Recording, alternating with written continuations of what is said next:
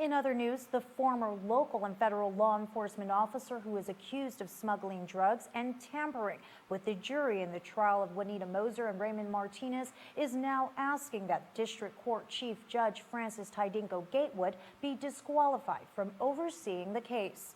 Meanwhile, the government is asking the court to take a second look at Mantanona's release. Here's more.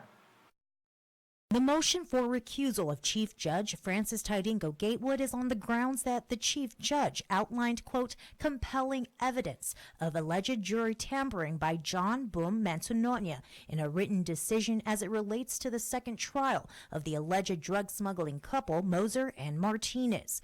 Court documents state, quote, her conclusion was based on review of certain exhibits related to cross motions to dismiss a matter where Mantanona allegedly assisted as defense investigator and a separate proceeding for removal of certain defendants, end quote. Following this, court documents state that the District Court of GUAM grand jury returned an indictment on Mantanona charging him with 3 counts of obstructing justice as a result of jury tampering.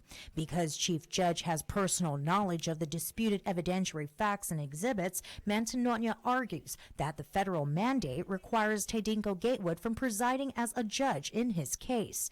Court documents state, quote, because she was a witness to the underlying proceeding and further because there is an appearance she harbors prejudice against Mantanona for allegedly affecting a criminal trial before her, end quote. The alleged juror tampering in the drug smuggling case resulted in Chief Judge Tydingco-Gatewood dismissing the indictment against Moser and Martinez without prejudice, saying, quote, in the event this case is returned to GUAM, the court will consider sequestering the jury because of the evidence of jury tampering, end quote. Martinez and Moser are awaiting a third trial in California.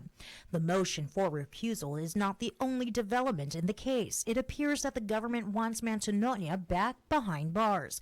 Also filed today was a motion by Mantanona opposing the government's motion for review of order of release. According to court documents, a release order for Mantanona was received by the court on June 26. District Court Magistrate Judge Joaquin Manabusan, according to Mantanona, reviewed the recommendation for release and determined that Mantanona's release on stringent conditions would minimize any risks of non-appearance and danger to the community. Court documents state that the government is basing their motion on, quote, the weight of evidence against the defendant, end quote. However, Mantanona argues that, quote, the government fails to meet the burden of persuasion. The government also fails to appreciate that in the Ninth Circuit, the weight of evidence is the least important of the various factors concerning release pending trial, end quote. He further says, quote, there is no basis or need to revisit Magistrate Judge Manabusan's sound legal conclusions and order for setting conditions of release, end quote.